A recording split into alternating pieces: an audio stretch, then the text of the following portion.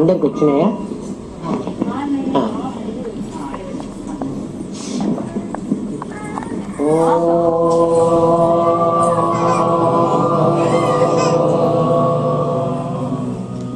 అఖండ మండలాకారం వ్యాప్తం యేన చరాచరం తత్పదం దర్శితం యేన తస్మై శ్రీ గురవే నమః. సదాశివ సమారంభాం శంకరాచార్య మధ్యమాం అస్మదాచార్య పర్యంతాం వందే గురు పరంపరాం. గురు బ్రహ్మా గురుర్విష్ణు గురుదేవో మహేశ్వరః గురు సాక్షాత్ పరబ్రహ్మ తస్మై శ్రీ గురవే నమః. నిత్యానందం పరమసుఖదం కేవలం జ్ఞానమూర్తిం విశ్వాతీతం గగన సదృశం తత్వమస్యాదిలక్ష్యం. ఏకం నిత్యం విమలమచలం సర్వతి సాక్షిభూతం భావాతీతం త్రిగుణరహితం సద్గురుం తం నమామి. ఓం సహనావతు సహనౌ భునక్తు సహ వీర్యం కరవావహై తేజస్వినావధీతమస్తు మా విద్విషావహై. ఓం శాంతి శాంతి శాంతి.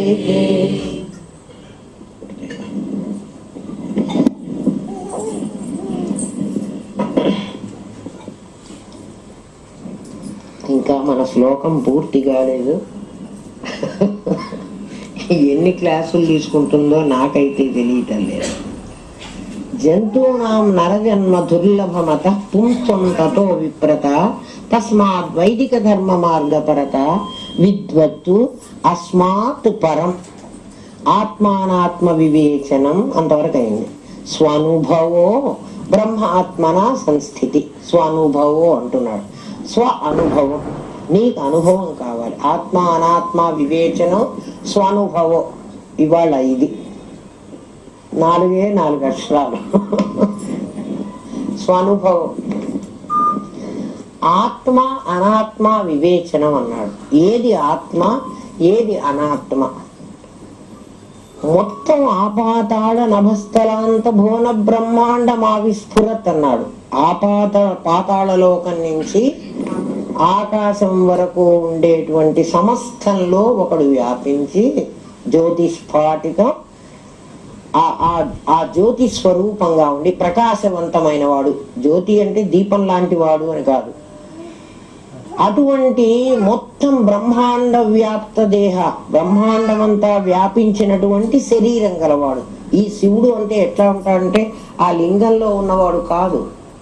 లింగంలో ఉన్నవాడు అని మీకు ఎందుకు చెప్పారంటే దీనికి ఆకారం లేదు, ఒకటి ఆద్యంతాలు లేవు, ఏది మొదలు ఏది చివర అనేది లేదు. భగవంతుడు ఇలా ఉంటాడు అని చెప్పాడు ఒక లింగాన్ని చూపెట్టి. నిజంగా లింగం కాదు భగవంతుడు. పాతాళ లోకం నుంచి నువ్వు ఏవైతే లోకాలు ఉన్నాయి అంటున్నావో అవన్నీ వ్యాపించినటువంటి వాడు. అటువంటి పరమాత్మ, అటువంటి వాడు ఒకడు ఉన్నాడు. వాడు ఉంటే ఇంకా అనాత్మ ఎక్కడి నుంచి వచ్చింది అని నువ్వు అడగచ్చు. ఆత్మ అనాత్మ వివేచనం అన్నాడు కదా. ఇది ఆత్మ, ఇది అనాత్మ. ఈ రెండెట్లా వచ్చినాయి అన్నాడు. నిజంగా రెండు లేవు, ఒక్కటే ఉంది. అయితే ఒకటే ఉన్నా ఒక వెండి కానీ, ఒక బంగారం కానీ, ఒక డైమండ్ కానీ, ఏదైనా ఒక వస్తువుని మీరు చేతిలోకి తీసుకున్నప్పుడు మీరు ఇట్లా తిప్పుతుంటే ఒక చోటే మెరుగు కనబడుతుంది. చూడండి, మొత్తం మెరుపు ఉన్నప్పటికీ మీరు ఒక పాత్ర తీసుకుని ఇట్లా తిప్పుతున్నప్పుడు ఒక స్పాట్ లో చాలా ఎక్కువ షైనింగ్ కనపడుతుంది. మిగిలిన దాని అంతా కూడా మరి సేమ్ అదే మెటీరియల్. ఏంటన్నా అదే మెటీరియల్ ఒక పాత్రలో, మీకు పాత్ర కాదు ఒక వస్తువు, ఒక నగ ఏదైనా తీసుకోండి, ఇది తీసుకోండి, ఒక చోట్లోనే మీకు మెరుపు తెలుస్తుంది. దాన్ని ఉద్వేళన శక్తి అంటారు. పరమాత్మలో ఒక ఉద్వేళన శక్తి ఉంది. దాని పేరు చిత్శక్తి అని పేరు. అది ప్రతి క్షణం కదులుతూ ఉంటుంది. నేను చేతిలో తీసుకున్నప్పుడు పాత్రలో ఒక చోట నాకు ఆ కాంతి కనిపిస్తే నువ్వు తీసుకున్న చోట సేమ్ స్పాట్ లో కనిపించాలి, నేను లేదు. ఇంకో చోట అయినా కనిపించవచ్చు. అరే ఇందాక అక్కడ ఉందే, ఇది ఇక్కడ ఉందే, మరి అక్కడ కరెక్టా ఇక్కడ కరెక్టా అని నువ్వు అనుకోక్కర్లేదు. అదేమిటి? అందులో ఒక శక్తి ఉంది. ఆ శక్తి కనిపిస్తూ ఉంటుంది, ప్రతి క్షణం కనిపిస్తుంది. దాని పని ఏమిటంటే కనిపించడం. ఈ కనిపించే శక్తి దేనికైతే ఉందో దానికే సృష్టి చేసే శక్తి ఉంది. అంటే ఎట్లా? నీ శరీరం, ఇంత శరీరం ఉంది, నీ ఇంత శరీరంలో ఇన్ని సెల్లు ఉన్నాయి. ఒక చోట సెల్కు మాత్రమే ఇంకొక ప్రాణిని పుట్టించే శక్తి ఉంది. మిగిలిన శరీరంలో మరి లేవా? అవి కూడా అలాంటివే కదా. మరి వాటికి ఆ శక్తి లేదు. అటువంటి అంత మాత్రం చేత నీ శరీరంలో అంత శక్తిహీనమైంది, ఒక స్పాటే శక్తి కలిగింది అని నేను చెప్పకూడదు. పరమాత్మ అంతా వ్యాపించి ఉన్నా సద్రూపంగా అంతా ఉంటాడు. చిద్రూపంగా అతనిలో ఉన్న శక్తి, దాన్ని ఉద్వేళన శక్తి అంటారు. ఆ చైతన్య శక్తి, దాన్ని చిత్ శక్తి, చేతన రూప, అది ఒక చోట ఉండకుండా ఎప్పుడూ కదులుతూ ఉంటుంది. కదులుతూ ఉంటుంది అంటే కదలటానికి ఇంకో వస్తువు ఉంటే కదా. ఈ కుర్చీ అంతా నేనే ఉన్నాను, నేను కదలాలంటే కాస్త ఖాళీ ఉండాలి. అలా కాదు, తనలోనే తాను కదులుతూ ఉంటుంది. ఆ కదలకుండా ఉన్నటువంటి భాగాన్ని దాని జడం, అది కూడా చైతన్యమే. ఇప్పుడు ఆత్మ అనాత్మ అంటున్నాడు కదా, ఇది కూడా ఆత్మే.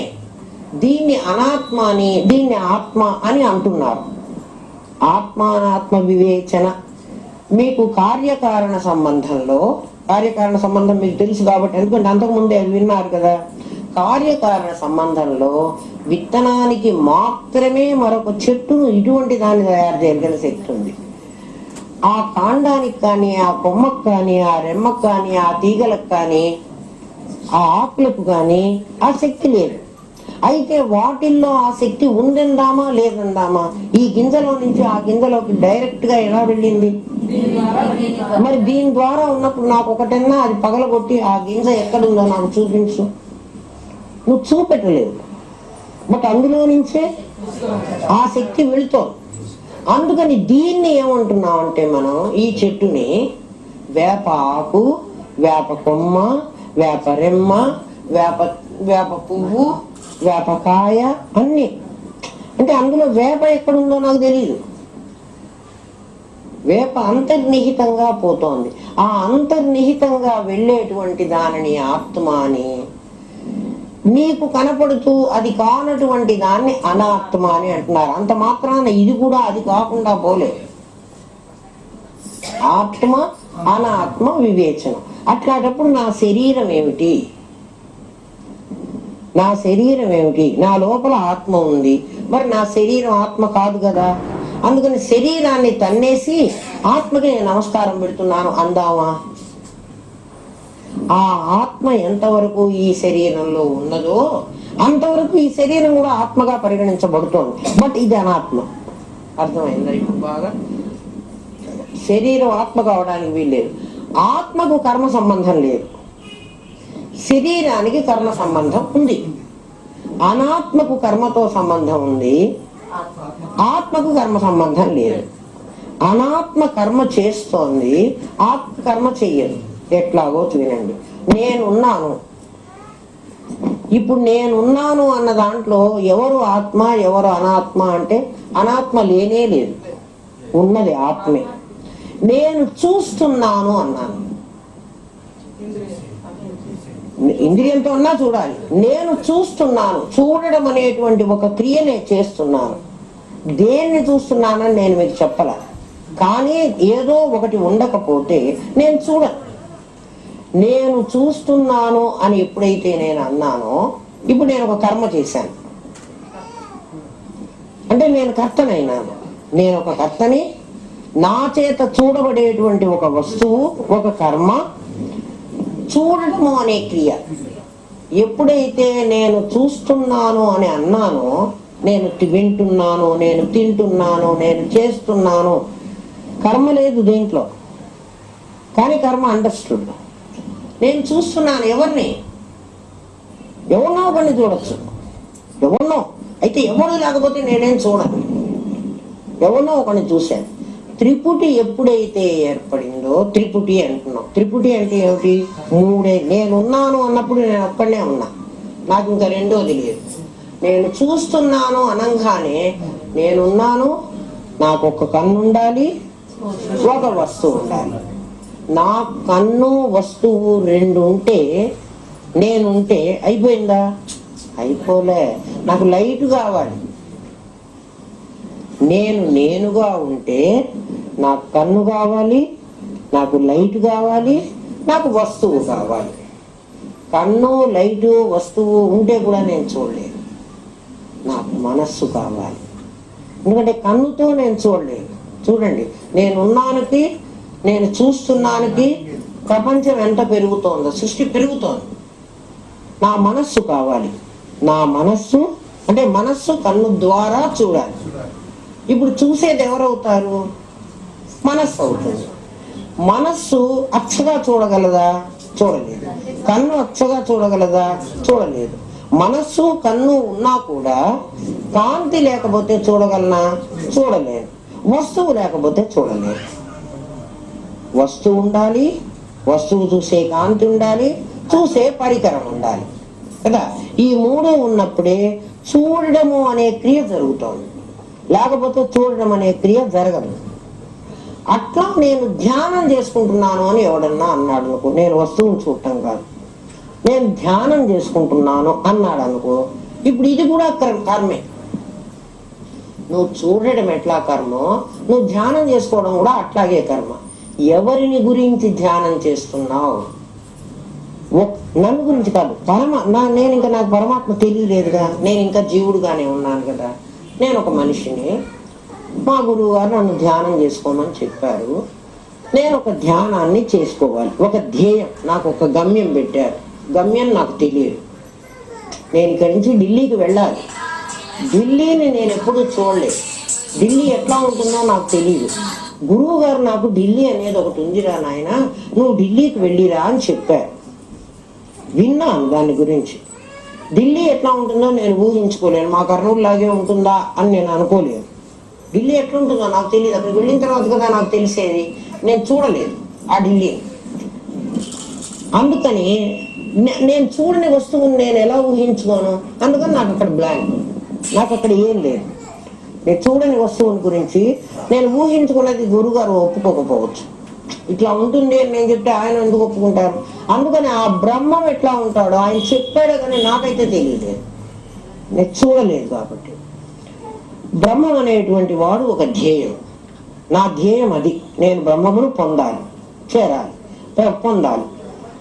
ఎవరు పొందాలి? నేనెవరో కూడా నాకు తెలియదు. నా గురువు నాకేం చెప్పాడు?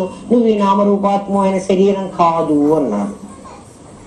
మరి నేనెవరో నాకు తెలియదు, కానీ నాకు అస్పష్టంగా కొంచెం తెలుస్తోంది. ఏం తెలుస్తోంది? శరీరం కాకుండా, ఇంద్రియాలు కాకుండా ఏదో ఒకటి నా లోపల, అది ఎవరో చూడండి, ఒకసారి గమనించండి. నేను ముక్కు మూసుకుంటే చీతి గాలి పీల్చు అని నా లోపల ఎవరో మాట్లాడుతున్నాడు. వాడు నేను అని చెప్పాడు గురువు ఇప్పటి వరకు నాకు. ఇది నువ్వు కాదు. మరి ఇది సైలెంట్ గా కూర్చుంది. నేను ధ్యానం చేయాలి అంటే ఇది మాట్లాడకుండా కూర్చుంది. నా లోపల ఒకడెవడో నేను ధ్యానం చేసుకోవాలి, నేను కళ్ళు మూసుకోవాలి, ఇప్పుడు కళ్ళు తెరవద్దు అని ఏదో అనిపిస్తోంది. ఆ అనిపించేవాడు ఒకడు నాలో ఉన్నాడని నాకు అస్పష్టంగా తెలుసు. వాడు ఎట్లా ఉంటాడో నాకు తెలియదు. ఎందుకని నేను గూగుల్లో సెర్చ్ చేసి మొత్తం విశ్వంలో ఏమేమి ఉన్నాయో, నాకు ఏం కావాలో అవన్నీ నేను తెలుసుకోగలను. నన్ను గురించి తెలుసుకోవడం నాకు ఎక్కడ చెప్పలేదు ఎవ్వడు. నాకు తెలియదు, ఏ గూగుల్లో దొరకలేదు, ఇంటర్నెట్లో దాని గురించి ఎవ్వడు పెట్టలే. నాకు దాని గురించే తెలియలే. ఇదంతా ఊడిపోతున్నది, అందుకని విప్పి పారేసి ఏమ్మా నన్ను గురించి నాకు తెలియదు. టార్చ్ లైట్ వెలుగుతుంది, అందరినీ చూపిస్తుంది. దాని లోపల ఏమున్నాయో దానికి తెలియదు. నువ్వెట్లా వెలుగుతున్నావే అని అడిగితే ఎట్లా వెలుగుతున్నానో నాకు తెలియదు అంటే, దాని వెళ్తున్నో ఎన్నో విషయాలు నేను తెలుసుకోవడానికి ఉపయోగపడే టార్చ్ లైట్ ఎట్లా తనని గురించి తాను చెప్పలేదో అట్లా నన్ను గురించి నేను చెప్పలేను, కానీ నేను విశ్వం అంతటిని గురించి చెప్పగలను. అటువంటి నేను ఒకడిని, శరీరం కాకుండా ఒకడిని ఉన్నాను అని నాకు నమ్మకం వచ్చింది. ఆ నేను బ్రహ్మం అనే సంగతి నాకు ఇంకా తెలియదు. స్వనుభవం రావాలి కదా, నాకు అనుభవం రావాలి కదా, లేకపోతే నేను ఎందుకు ఒప్పుకుంటాను? రామనాథం గారు ఎన్నో చెప్తారు, ఆయన చెప్పినవన్నీ ఒప్పుకోవడమేనా నా పని? నేను అసలు ఒప్పుకోను. ఎందుకని? నేను అసలే మొండివాడిని. నాకు ఎవడు చెప్పినా నేను వినను. నేను తిని చూస్తేనే నేను వింటాను. ఎవరో చెప్పిన మాటలు ఏమో ఈయన కన్నా ఇంకా గొప్పగా చెప్పగలవాడు ఎవడన్నా వచ్చి నాకు ఇంకేదన్నా సంగతి చెప్తాను, అప్పుడు నేను మరి అది నమ్మనా ఇది నమ్మనా? అందుకని నాకు తెలియదు. బ్రహ్మం ఎవడో నాకు తెలియదు, నేనెవడో నాకు తెలియదు, కానీ నాకు కొంచెం తెలుసు. ఏం తెలుసు అంటే ఈ శరీరం మాత్రం నేను కాను, అది నాకు తెలుసు. ఎందుకని? ఇంతకు ముందే నీకు చెప్పాను కదా, నేనేం చెప్పాను? అస్మాత్ పరం. అక్కడ నాకు తెలిసింది. ఏం తెలిసింది? ఈ శరీరం నేను కాదు. ఎందుకంటే చచ్చిపోయిన తర్వాత నేను ఉన్నవాడిని ఉన్నట్టు చస్తున్నాను. చచ్చినప్పుడు ఈ శరీరాన్ని నా వాళ్ళకి ఇక్కడే ఇచ్చిపోతున్నాను, కానీ నేనేం తీసుకుపోవటంలా, నేను ఒక్కడనే పోతున్నాను. అందుకని ఆ పోయే వాళ్ళని చాలా మందిని నేను చూశాను. మా ఇంటి దగ్గరే శ్మశానం ఉంది.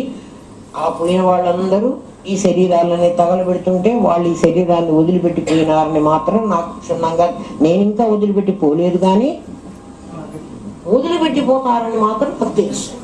అట్లా నా లోపల ఉన్నవాడొకడు ఈ శరీరాన్ని వదిలిపెట్టి ఉంటున్నాడు. ఎందుకు ఉంటున్నాడు ఇంకా కూడా నాకు చాలా సార్లు తెలుసు ఆ సంగతి. ఎట్లా తెలుసు? నేను నిద్రపోయినప్పుడు, నేను అంటే ఈ శరీరం నిద్రపోయినప్పుడు వాడు మెలుకువతో ఉన్నాడు. వాడు మెలుకువతో ఉన్నాడని నీకెట్లా తెలుసురా? నేను కలగంటుంటే వాడన్నీ చూసి కదా నాకు రేపు చెప్తున్నాడు. ఎవడైనా కలగన్నప్పుడు ఆ కళను నాకు రేపు చెప్తున్నాడు కదా, ఈ కళ వచ్చింది అని. ఒకడు మెలుకువతో ఉన్నవాడికే కదా అది తెలియాలి. కాబట్టి వాడు నిద్రపోవటం లేదు, వాడు మెలుకువగా ఉంటున్నాడు. నేను గాఢ సుశుద్ధిలో ఉన్నానండి, నేను హాయిగా నిద్రపోతున్నానండి, అప్పుడు కూడా వాడు మెలుకుతున్నాడు. వాడు మెలుకుతూ ఉన్నాడని నీకెట్టా తెలుసురా? నాకు ఆపరేషన్ చేశారు, నాకు చాలా బాధ ఉంది, నేను పడుకునేటప్పుడు నాకు చాలా నొప్పి ఉంది. ఆ డాక్టర్ ఏదో ఒక ఇంజక్షన్ ఇచ్చిపోయినాడు, నీ నొప్పి తగ్గుతుంది అని. నేను ఆ నొప్పి భరించలేకుండా ఉన్నాను. నాకు నిద్ర పట్టింది. వాడు ఇంజక్షన్ ఇచ్చిపోయినాడు, నేను నిద్రపోయినాను. ఈ నిద్రలో నాకేం నొప్పి లేదు. ఇప్పుడు నేను హాయిగా నిద్రపోయినాను, నేను లేచిన తర్వాత చెప్తున్నాను. నొప్పి ఉంటే నేను హాయిగా ఉండగలనా? అప్పుడు నొప్పి ఎవరికి ఉంది? నా శరీరానికి ఉంది. శరీరంతో కలిసి ఉన్న నాకు నొప్పి తెలుస్తున్నది. ఎప్పుడు? జాగ్రత్త అవస్థలో. నేను మెలకువ రాగానే మళ్ళీ నా నొప్పి నాకు మామూలుగా ఉంది. డాక్టర్ గారు పొద్దున అమ్మ ఎట్లా ఉంది అంటే, రాత్రి బాగా నిద్రపోయినానండి, తెల్లవారు లేవగానే మళ్ళీ ఈ ఆపరేషన్, ఈ నొప్పి నాకు మళ్ళీ మొదలైంది. ఆపరేషన్ నొప్పి నీకు మొదలు కాలేదు, అది ముందు నుంచే ఉన్నది. నువ్వు దాంతో సఫర్ అయినప్పుడు కూడా నీకు ఆ నొప్పి ఉంది. మధ్యలో నువ్వేమైనా ఉంటే నీ శరీరాన్ని వదిలేసావు. నీకు ఆ వదిలేయటం ప్రతినిత్యం నీకు అలవాటే కాబట్టి చావులో కూడా వదిలేస్తున్నాను. ఆ నేను ఒకడిని ఉన్నాను అనేటువంటి నమ్మకం నాకుంది. ఇది నా అనుభవం. మీ అనుభవం కూడా అదే ఉంటుంది. కానీ మనం ఏం చేస్తున్నాం అంటే జాగ్రత్త అవస్థలో దేహంతో తాదాత్మ్యం చెంది ఇది నేను అంతా కలిసి కలగాపులగంగా ఒకటే అనుకుంటున్నాం కదా. కానీ ఎవరికి వాడు కూర్చుని ఆలోచించుకుంటే నీ దేహం నీకంటే వేరుగా ఉంది. దేహానికి కర్మతో సంబంధం ఉంది, నీకు కర్మతో సంబంధం లేదు అని నీకు తెలుసు. దేహంతో చేసేటువంటి కర్మలన్నీ కూడా మన చేత అనుభవింపబడుతున్నాయి. కర్మ సిద్ధాంతం కూడా వచ్చేసింది ఆయన. ఏమిటి అంటే నీ దేహం, నువ్వు కాని దేహం నువ్వు కావు. నీ శక్తితో ఆ దేహం పనిచేస్తోంది. టార్చ్ లైట్ సెల్ లేకపోతే వెలగదు, సెల్ ద్వారా వెలుగుతోంది. సెల్కు వెలిగే శక్తి లేదు. టార్చ్ లైట్ వితౌట్ సెల్ వెలగదు. అర్థమైందా? టార్చ్ లైట్ వెలుగుతోంది అనుకున్నాం మనం, కానీ వెలుగుతున్నది ఎవరు? సెల్ సెల్ వెలుగుతోంది, టార్చ్ లైట్ వెలగడానికి వీల్లేదు సెల్ లేకుండా. అట్లా నీవు లేకుండా నీ శరీరం కర్మ చేయటానికి వీల్లేదు. కర్మ చేసి శరీరం కర్మని సంపాదించుకుంటోంది. కర్మ సంపాదించుకుని అది అనుభవించడానికి మరొక లోకాలకు పోతోంది. అది అయిపోయిన తర్వాత మళ్ళీ ఈ లోకానికి వస్తోంది, మళ్ళీ కర్మ చేస్తోంది. ఈ పనులన్నీ నీ అనుభవంలో నీకు తెలుసు. శరీరం కర్మ చేస్తోంది, శరీరం కర్మ నాను సంపాదించుకుంటోంది, సంపాదించుకున్న కర్మతో అది వేరే లోకానికి వెళుతోంది. శరీరం అన్నప్పుడు వెళ్ళటం లేదు కదమ్మా అని మీరు వెంటనే అంటారేమో అనుకున్నా. సూక్ష్మ శరీరం కూడా మీ శరీరమే, అదే కదా వెళుతోంది.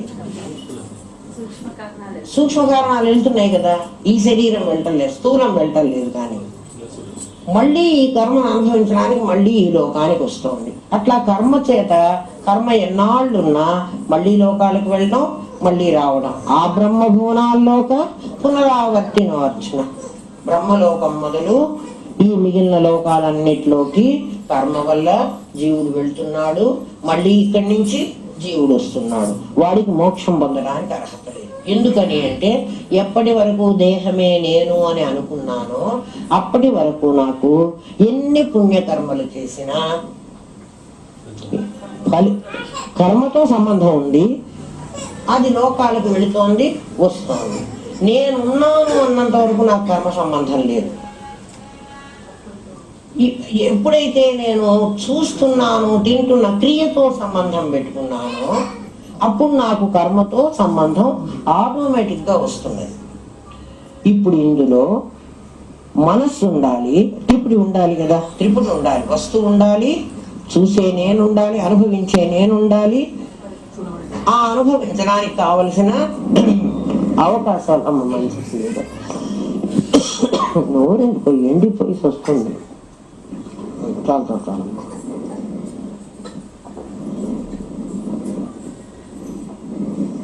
అక్కడ మంచి మైసూర్ పాకు ఉంది. నాకు మైసూర్ పాకు అంటే చాలా ఇష్టం. నాకు తినాలని నా మనస్సు ఉంది, కోరిక ఉంది. మైసూర్ పాకు ఉంది, తినాలని నాకు కోరిక ఉంది. నాకేం డయాబెటీస్ లేదు, నేను హాయిగా తినగలను. కానీ ఆ మైసూర్ పాకు చాలా డర్టీ ప్లేస్లో తయారై, అది తింటే నాకు రోగం వస్తుందేమో, అది నాకు పెట్టడానికి వాళ్ళు సిద్ధంగా ఉన్నారు. కానీ ఆ మైసూర్ పాకు తయారైనటువంటి పద్ధతి నేను చూసిన పద్ధతిలో అది తింటే నేను రేపు హాస్పిటల్కి వెళ్ళాల్సింది తప్ప నేను ఇంట్లో ఉండలేను.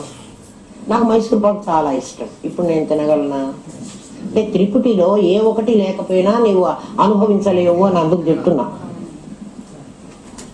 మైసూర్ పాకు ఉంది, పెట్టడానికి నాకు మంచి వాళ్ళు రెడీగా ఉన్నారు. పుల్లారెడ్డి దగ్గర నుంచి తీసుకొచ్చారు వాళ్ళు, మంచిగా ఉంది. తినడానికి కూడా నా మనస్సు ఉంది, కానీ నాకు డయాబెటీస్. ఇప్పుడు నేను తినగలనా అంటే ఈ రెండు ఉన్నాయి, ఇది లేదు. ఇందాక ఈ రెండు ఉన్నాయి, అది లేదు. మీకు అర్థం అవుతుంది కదా. మైసూర్ పాకు ఉంది, నాకు డయాబెటీస్ లేదు, నాకు తినాలనే మనస్సు ఉంది, బాగుంది. నేను మైసూర్ పాకు వరకు వెళ్ళాను, ఇంకా తీసుకుని నేను నోట్లో పెట్టేసుకోవటమే. ఇంతట్లోకి నాకు ఒక ఫోన్ కాల్ వచ్చింది. నాకు చాలా కావలసిన వాళ్ళు ఒకళ్ళు యాక్సిడెంట్కి వచ్చి వాళ్ళని హాస్పిటల్లో అడ్మిట్ చేశామన్నారు. నాకు డయాబెటీస్ లేదు, నాకు మైసూర్ పాకు అంటే చాలా ఇష్టం.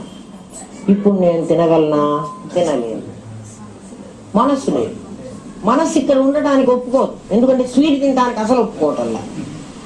త్రిపుటిలో ఎప్పుడు 3 రుజుమార్గంలో ఉంటాయి. ఇప్పుడు కాంతి రుజుమార్గంలో ఉన్నప్పుడు మాత్రమే ప్రయాణం చేస్తుంది అని ఎట్లాగైతే సైన్స్ లో చదువుకున్నావో, కర్మ జరగాలంటే 3 సమంగా ఉంటేనే ఆ కర్మ జరుగుతుంది. అలాంటి కర్మ మాత్రమే నీకు కలుస్తుంది. ఆ కర్మ వల్ల నువ్వు వేరే లోకాలకు పోతావు. ఇప్పుడు ఇంతమంది యజ్ఞం చేయమంటున్నారు, పూజ చేయమంటున్నారు, తపస్సు చేయమంటున్నారు, ఇంకేవో చాలా చెప్తున్నారు, ధ్యానం చేయమంటున్నారు. ఇవన్నీ కర్మలే కదా. ఈ కర్మల వల్ల ఏమొస్తుంది అంటే ఫలితం వస్తుంది. ఫలితం వల్ల ఏమొస్తుంది? స్వర్గ నరకాలకు తిరగడం వస్తుంది. మరి మోక్షం కావాలంటే ఇవేం పనికిరావు. మోక్షం కావాలంటే ఇవేం పనికిరావు. ఇవి కేవలం మార్గాలు మాత్రమే, గమ్యం కాదు. మరి గమ్యం కాని మాకెందుకండి మార్గాలు ఎందుకు చెప్తున్నారు? పెద్దవాళ్లే చెప్పారు కదా, ఇలా చేయరా నాయనా, నువ్వు ధ్యానం చేయరా, మెడిటేషన్ చేయరా అని మాకు చెప్పారు కదా.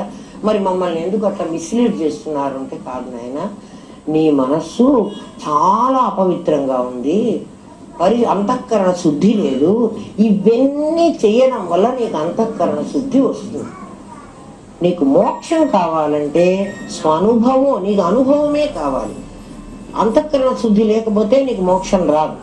ఈ కర్మకాండ, నన్ను ఎందుకు ధ్యానం చేసుకోమన్నారు, నాకు మోక్షం ధ్యానం వల్ల రాదు కదా, ఇప్పుడు మీరు తేల్చేశారు. ఏమిటి? ధ్యానం చేయటం కూడా కర్మే. మరి ధ్యానం వల్ల మోక్షం రాదన్నప్పుడు మమ్మల్ని ఎందుకు ధ్యానం చేసుకోమన్నారు? మాకెందుకు అంటే నీ అంతఃకరణ శుద్ధి కావాలని. అంతఃకరణ శుద్ధి జరిగితే ఏమవుతుంది? అంతఃకరణ శుద్ధి జరిగితే నీ అద్దం మీద ఉన్న మాలిన్యం తుడుచుకుంటుంది. బాత్రూంలో నువ్వు స్నానం చేస్తున్నప్పుడు నీ అద్దం నిండా నీ నీళ్ళ ఆవిరే, నువ్వే నీళ్లు పోసుకున్నావు, ఆ ఆవిరి అద్దం నిండా పట్టింది. దానివల్ల ఏమైంది? అద్దంలో నీ ముఖం కనపడాల. అద్దంలో నీ ముఖం కనపడకపోవడానికి అద్దం శుభ్రంగా లేదా? ఎవడన్నా దానికి ఏమన్నా పూసాడా, లేక అద్దానికి పాదరసం లేదా? ఉంది, అన్నీ బాగున్నాయి. దానికి అంటినటువంటి పైన ఉన్న ఆవిరి పోవాలి. అట్లా నువ్వు కర్మకాండ చేస్తూ, ఈ జన్మలో కాదు ఎన్నో జన్మల నుంచి కర్మకాండ చేస్తూ చేస్తూ చేస్తూ వచ్చి నీ అద్దం అంతా బాగా మురికి పట్టింది. ఈ మాలిన్యాన్ని వదల్చుకోవడం కోసం మాత్రమే ధ్యానం చేయమన్నాడు. ధ్యానం చేస్తే మోక్షం రాదు. భగవంతుని గురించి సరిగ్గా వింటే ప్రబోధ సమయంలో నీకు మోక్షం వస్తున్నాడు. గురువు బోధించేటప్పుడే వచ్చేస్తుంది అన్నాడు. నీకు వేరే కూర్చుని నువ్వు మెడిటేషన్ చేయక్కర్లేదన్నాడు. అయితే రేపటి నుంచి మేము మెడిటేషన్ చేయక్కర్లేదా, మానేసే. అంతఃకరణ శుద్ధి ఎంత అయిందో మనకు తెలియదు కదా. నీ మనస్సు నా దగ్గర నిన్నెవరో వచ్చి మనకు అస్సలు ధ్యానం కుదరటం లేదు అని అడిగారు. ఎందుకు కుదరటం లేదన్నా. ఎందుకు కుదరటం లేదు? కూర్చున్నప్పటి నుంచే నాకు సంకల్పాలు వస్తాయి. ఏం సంకల్పాలు వస్తాయి? నా మొగుడిని గురించి, నా పిల్లల గురించి, నా ఇల్లు గురించి. దాన్ని నేను ఎట్లా ఆపగలను? దాన్ని నువ్వెవరు ఆపుకోవాలి? నీవే ఆపుకోవాలి. ఎందుకంటే ఈ మొగుడు, ఈ పిల్లలు, ఈ ధనం నేను చస్తే నా వెంట రావర్రా. వచ్చే జన్మకి ఈ మొగుడే లేడు. అద్దాన్ని ఇటువైపు తిప్పితే వీళ్ళందరి బొమ్మలు పడ్డాయి. వీళ్ళంతా ఇప్పుడు నా వాళ్ళు. ఇది అక్క, ఇది చెల్లి, ఇది తమ్ముడు, వీడి కొడుకు, వీళ్ళు. అద్దం వీడు తిప్పేశాను. వీళ్ళందరినీ తీయాలన్నా నేను. వీడు తిప్పేటప్పటికి ఏమైనారు? వీళ్ళందరూ పడ్డారు. వీళ్ళందరూ ఇప్పుడు నా వాళ్ళు. అద్దాన్ని ఇటు తిప్పేశాను, ఎవ్వరు లేరు నాకు. నేను ఒక్కడనే ఉన్నాను కదా. నేను ఒక్కడే ఉన్నాను. ఆలోచించండి. నీకు ఈ సంకల్పాలు వస్తున్నప్పుడు నీ అంతఃకరణ శుద్ధి అయిందో లేదో నువ్వే కనుక్కోగలవు. అది నేనెట్లా చెయ్యను? నేను బోధ చెయ్యగలనే కానీ నేనేం బోధ చేయగలను? ఇప్పుడు ఎవరైనా మీరు ఆలోచించుకోండి. పరమాత్మ ఇలా ఉంటాడు అని నేను చెప్పగలను. నువ్వు పొందవలసిన ధ్యేయాన్ని చెప్పగలను. ఎవడు పొందాలో వాణ్ణి గురించి చెప్పగలను. పొందేటువంటి మార్గం చెప్పగలను. అంతకు తప్ప మిగిలింది నేను చేయలేను, ఎప్పుడూ చేయలేడు. మీరు ₹1,00,00,000 ఇచ్చినా మీకు నేను మోక్షం తెప్పిస్తాను, వాడు ఎవరో మాటలు చెప్పి మీకు ఏమన్నా మోసం చేస్తాడేమో, నేను చేయలేడు, చెప్పలేరు. కానీ మార్గాలు ఎప్పుడూ కూడా గమ్యాలు కావు నాయన. ఈ రోడ్లో నువ్వు వెళ్ళు అంటే ఒక ఫ్లైఓవర్, ఆ ఫ్లైఓవర్ ఎక్కాలా, నేను సికింద్రాబాద్ స్టేషన్కి వెళ్ళాలంటే ఆ ఫ్లైఓవర్ ఎక్కాలా అని మీరు అడిగారు అనుకోండి. ఫ్లైఓవర్ ఎక్కరా అంటే అర్థం ఏమిటి? దిగు అని కూడా కదా. ఫ్లైఓవర్ ఎక్కరా అని చెప్పాను నేను అంటే మీ ఉద్దేశం ఏమిటి? ఫ్లైఓవర్ ఎక్కమన్నావు, ఎక్కాను, సికింద్రాబాద్ స్టేషన్ రాలేదు కదా. నేను ఫ్లైఓవర్ మీద కూర్చుంటాను అంటే అక్కడే నా కారు పెట్టుకొని కూర్చుంటాను. సికింద్రాబాద్ స్టేషన్ రా రా రా అమ్మ, సికింద్రాబాద్ స్టేషన్ రాలే, మీరు అబద్ధం చెప్పేశారు. ఫ్లైఓవర్ మీద సికింద్రాబాద్ స్టేషన్ లేదు. సికింద్రాబాద్ స్టేషన్ ఫ్లైఓవర్ మీద ఉండదు. అది ఎక్కడ ఉంటుంది? అది ఉండే చోటే ఉంటుంది. అక్కడికి నువ్వు వెళ్ళాలి. మార్గం నీకు చెప్తున్నాడు గురువు. మీకు అన్ని రకాలుగా ఎవరు చెప్పినా మార్గాలే చెప్తున్నారు. గమ్యం వాళ్ళు చెప్పటం లేదు. మిగిలిన వాళ్ళందరూ బౌద్ధులు చెప్పినా, జైనులు చెప్పినా, బ్రహ్మ సమాజం వాళ్ళు చెప్పినా వీళ్ళందరూ కూడా మార్గం చెప్తున్నారు, గమ్యం చెప్పటంలే. నువ్వు ఎక్కడికి వెళ్ళాలో చెప్పటంలే, ఎలా వెళ్ళాలో చెప్పటంలే. ఆ మార్గం ఇటువైపు వెళ్ళొచ్చు అని చెప్తున్నారు. నువ్వు ఎక్కడ చేరాలో నీకు తెలియటల్లా. అందుకని నువ్వు ఆ ఫ్లైఓవర్ మీద కూర్చుండిపోతున్నావు. నాకు తెలియలేదు, నాకు ఎందుకో తెలియటం లేదు అని అడుగుతున్నావు. నువ్వు స్టార్ట్ చేసింది మంచి పద్ధతే, కానీ నువ్వు ఏం తెలుసుకోవాలో నువ్వు తెలుసుకోవటంలా. నిజంగా భగవంతుడు ఎలా ఉంటాడో, వాడిని ఎలా రీచ్ అవ్వాలో నీకు తెలియలేదు. అందుకని శంకరుడు చెప్తున్నాడు, ఆత్మానాత్మ వివేచన చేసినంత మాత్రాన నీకు పరమాత్మ తెలియబడడు. స్వానుభవో, నీ అనుభవం కావాలి, నువ్వు అనుభవించాలి. చూడు నాయన, ఈ ప్రపంచంలో నీకు కళ్ళు ఉన్నాయి కాబట్టి నువ్వు ఏ వస్తువునైనా చూడగలవు. చూసి అప్రిషియేట్ చేస్తావా, లేకపోతే అయ్యో అసహించుకుంటావు, అది నీ ఇష్టం కదా. ప్రపంచంలో నీకు కళ్ళున్నాయి, నేను ఏ వస్తువునైనా తాజ్మహల్ని చూడగలను కదా, సికింద్రాబాద్ స్టేషన్ని చూడగలను, ఆ వస్తువుని చూడగలను, అన్నీ చూడగలను, నా కళ్ళు ఉన్నాయి. కానీ నా కళ్ళు అంటే చూసే శక్తి నాకు ఉంది. నా కళ్ళతో నన్ను చూడాలంటే నేను చూడలేను. నా కళ్ళు ఈ ప్రపంచాన్నంతా నాకు చూపించగలవు, కానీ నన్ను మాత్రం చూపించలేవు. అందుకని నేను ధ్యానం చేసుకుంటున్నప్పుడు కళ్ళు మూసుకుంటున్నాను. కళ్ళు నీ వల్ల నాకు ఉపయోగం లేదు, నువ్వు ప్రపంచాన్ని చూపించగలవు కానీ నన్ను చూపించలేవు. ఇక మనస్సు చూపిస్తుంది అని అనుకుంటున్నాం. మనస్సు కూడా అన్ని వస్తువులని ఆకారం పొంది చూపించగలదు. యతో వాచో నివర్తంతే అప్రాప్య మనసా సహ. ఎక్కడి వరకు అయితే మనస్సు వెళ్ళి పరమాత్మని గురించి చూడలేక కళ్ళు వెనక్కి వచ్చినాయి, చెప్పలేక మనస్సు వెనక్కి వస్తుంది. ఆ మనస్సు ఎప్పుడైతే వెనక్కి వస్తుందో, పరమాత్మ ఆకారం పొందలేక ఆ మనస్సు కూడా బ్రహ్మమును నీకు చూపించలేదు కదా. అందుకని ఏం చెప్పాం, ఆ మనస్సు కూడా ఆ మనస్సు సంకల్పాలు చేస్తోంది. నన్ను అడిగిన అమ్మాయి, అమ్మ నాకు అన్ని ధ్యానం కుదరడం లేదు, నాకు అన్ని సంకల్పాలు వస్తున్నాయి అంటే కళ్ళు మూసుకున్నావే కానీ ఇప్పుడు నువ్వు ఎవరి చేత బంధించబడ్డావు? మనస్సు చేత బంధించబడ్డావు. అంటే మనస్సు కూడా మూసేసేయి కదా. కళ్ళు ఎట్లా మూసావు, మనస్సును మూసే. ఎట్లా మనస్సును మూయాలని? మనసు ఎక్కడ దొరుకుతుంది? మాకు చేతిలో దొరకలేదే, చిక్కలేదే. ఏ మనస్సు అయితే వీడు నీకు భర్త అని చెప్పిందో కదా, అది కదా చెప్పింది. అంతకుముందు ఆ భర్త కూడా నీకు తెలియదు, మనస్సు చెప్పింది వీడు నీకు భర్త అని. అందుకని మనస్సా నువ్వు కదా చెప్పావు, నువ్వు వాడి ఆకారం పొందగలిగావు, నువ్వు పరమాత్మ ఆకారం పొందలేవు. వాడి ఆకారం తర్వాత పొందుదు కానీ కాసేపు ఇక్కడ కూర్చో. ఈ గంట సేపు వాడి గురించి ఆలోచించవకమ్మా, తర్వాత వాడి సంగతి ఆలోచిద్దు. కానీ మళ్ళా నాకు పిల్లలు అడ్డం వచ్చారు. నా మనస్సే కదా తీసుకొచ్చింది నాకు, నా మనస్సే నాకు డబ్బును తెచ్చిచ్చింది, నా భర్తను తెచ్చిచ్చింది, నా పిల్లల్ని తెచ్చిచ్చింది. నాకు ఈ మూడు తప్ప నా మనసుకు వేరే అసలు ఏం లేవు. పాపం ముగ్గురిని పట్టుకుని చూస్తున్నదే అదే బాధపడిపోతుంది. దానికి వాళ్లే పట్టారు. చూడండి, మీ మనసు ఎక్కడికన్నా పోయింది, నా మనసు నిలబట్టలేదు అని అనండి మీరు. మీ మనసు ఈ మూడింటి మీదకే పోతుంది, ఇంకా దానికి ఎవ్వరు లేరు. ఒకవేళ ఈ మూడింటి మీదకి పోలేదంటే ఈ మూడింటికి రిలేటెడ్ వాటి మీదకే పోతుంది. అంటే వాటి ద్వారా చివరికి వచ్చి పర్యవసానం ఎవరికి? ఈ ముగ్గురికి. అది అసలు ఏదైనా ఆ మూడే, దానికి అసలు వేరే ఏం లేదు.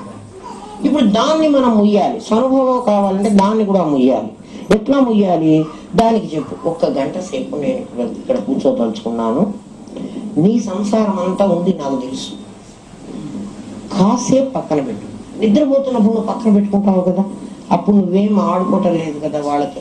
ఇప్పుడు కూడా కాసేపు వాళ్ళని ఉండని అని మీరు చెప్పిన తర్వాత మనసు మాట్లాడితే చూడండి, మాట్లాడదు. మీరు చెప్పకుండా ఏం చేస్తారంటే అది చేస్తున్న పని. నేను మెడిటేషన్ చేస్తున్నాను, 10 కూర్చున్నాను, నా మనసు వాళ్ళకి వ్యాపారంలో బాగా డబ్బులు వచ్చినాయి, వాళ్ళకి ఇంకోళ్ళకి ఎవరికో డబ్బులు వచ్చినాయి, నీ మొగుడికి రాకపోయా, ఏదో గ్రహాలు ఏవో తప్పులు ఉంటాయి, ఇంకేదో జరిగి ఉంటుంది, ఏ జ్యోతిష్యుడి దగ్గర కన్నా పోకపోతుంది, అసలు వాడు మొదటి నుంచి కూడా మీకు దరిద్రమే వెంటబడుతోంది, ఎప్పుడు అదృష్టం పట్టలేదు ఏదో ఇట్లాంటివన్నీ చెప్తారు. మీరు అవన్నీ వింటూ కూర్చున్నారు. వింటూ కూర్చునేప్పటికి 12 అయింది. 12 వరకు 10 నుంచి 2 గంటలు మెడిటేషన్ చేశానమ్మా, ధ్యానం చేశాను. అస్సలు నాకేం కాలేదు. ఏమవుతుంది? ఇప్పుడు నువ్వేం చేస్తున్నావు? సాక్షిగా చూస్తున్నావు. సినిమా చూసేవాడికి 3 గంటలు ఎట్లా అయిపోతుందో నీకు 2 గంటలు కాదు 10 గంటలు కూడా అట్లా అయిపోతుంది. ఎంతసేపు అన్నా ఒక్కొక్కటి రాత్రి కూడా నిద్ర పట్టదు. ఏం చేస్తున్నాడు? మనస్సు చాలా సినిమాలు చూపిస్తుంటే చూస్తున్నాడు. మనస్సు ఎంతసేపు ఏం చెప్తుందంటే తనది తప్పని మాత్రం చెప్పదు. మనస్సు లక్షణం ఏమిటంటే ఎంతసేపు తప్పు వేరే వాడి మీద వేస్తుంది. వాడి వల్ల నీకు నష్టం వచ్చింది, వాడంటే నువ్వు ఊరుకున్నావు, చాలా తప్పు చేసావు, ఎందుకు నువ్వు అనలేదు, నిన్ను వాడు ఎట్లండ్రే అన్నారు, అయిపోయింది కదా. ఇప్పుడు తిరగబడి ఆమె చేతనైతే అప్పుడే తిరగబడవే మనసా, అప్పుడు తిరగట్లేదు, ఇప్పుడు తిరగబడుతున్నావు. తిరగబడమని నన్ను ప్రేరణ చేస్తున్నావు. ఆలోచించు. మనస్సును ఎప్పుడైనా మీరు విచారించి చూడండి. అది భూతంలో కన్నా పెడుతుంది, అది భవిష్యత్తులో అన్నా కూర్చుంటుంది, అది వర్తమానంలో ఉండమన్నా ఉండదు. అప్పుడు ఇట్లా జరిగాయి, ఇప్పుడు అట్లా జరిగాయి, ఇంకేదో ప్రీవియస్ సంగతులన్నీ నీకు చెప్తుంది. వాటిల్లో నీది మాత్రం తప్పు లేదు. అంతా బయట ప్రపంచమే తప్పు చేస్తుంది. అంటే ప్రపంచం అంతా తప్పుడు ప్రపంచం, నువ్వు మాత్రం చాలా మంచివాడు. ఎవరికి వాడు నేను చెడ్డవాణ్ణి అని చచ్చినా ఒప్పుకోడు. ఎందుకు ఒప్పుకోడో తెలిసిన, మొట్టమొదట నువ్వు ఆ చిచ్ఛాయ నీ ఛాయ దాంట్లో పడ్డప్పుడు సహజం అనేటువంటి ఒక లక్షణం నీకు వచ్చింది. సహజ లక్షణంలో నీ పద్ధతి ఏమిటి? నువ్వు సత్యానంద స్వరూపాన్ని, నువ్వు తప్పు చెయ్యవు, అసలు తప్పే లేదు నీ దృష్టిలో. అందుకని సహజం అనేటువంటిది వేసుకుంది. తర్వాత కర్మజం వేసుకుంది. కర్మజం వేసుకుని అంతా చెప్పేటువంటిది అంతా కూడా వాళ్ళు ఇట్లా చేసారు, వీళ్ళు అట్లా చేసారు, వాళ్ళు ఇట్లా తిట్టారు, వీళ్ళు ఎట్లా తిట్టారు, వాళ్ళు తిట్టిన వాళ్ళు అయిపోయినారు. ఇప్పుడు నీ లోపల నీ మనస్సే వాళ్ళ రూపం పొంది నిన్ను తిట్టారు. ఆ తిట్లతో సహా ఆ మనుషులు కూడా కనపడతారు నీకు. చూడు, ఆలోచించు. ఎవరు ఆ మనిషి నీ లోపలికి ఎట్లొచ్చి కూర్చున్నారు? నీ మనస్సే పొంది. నెక్స్ట్ భ్రాంతిజం. భ్రాంతిజంలో ఇది ఇట్లా చేస్తే, అది ఎట్లా చేస్తే, వాళ్ళ మీద తిరుగుబాటు చేస్తే, వీళ్ళని మోసం చేస్తే, అంటే ఫ్యూచర్లోకి వెళ్ళి కూర్చుంది. 12 అయిపోయింది. 2 గంటలు ధ్యానం చేశాను, నాకేం కాలేదు. ఏమవుతుంది? ఎట్లా అవుతుంది చెప్పండి? మనస్సు అనేటువంటిది సంకల్ప వికల్పం, దాని రూపం అని మీకు ముందే చెప్పాడు గురువు. ఎప్పుడైతే సంకల్పం వచ్చిందో, నువ్వు వేరే శరీరం కంటే వేరే అని చెప్పాను కదా, నువ్వు వేరైనటువంటి నువ్వు ఎప్పుడైతే సంకల్పం వచ్చిందో, ఓహో ఇది మనస్సు పని, మనస్సు సంకల్పం చేస్తున్నది, మనస్సా నువ్వు కూడా కాదుట కదా, నేను మెడిటేషన్ చేసుకుంటున్నాను, కాసేపు నీ సంకల్పాలు మానేసి నువ్వు అట్లా కూర్చో, ఇంకా మాట్లాడు, అది కూర్చో. ఇప్పుడు అద్దం ముందర ఎవడైనా అన్ని వస్తువులను నువ్వు చూసావు, అద్దాన్ని కూడా చూసావు.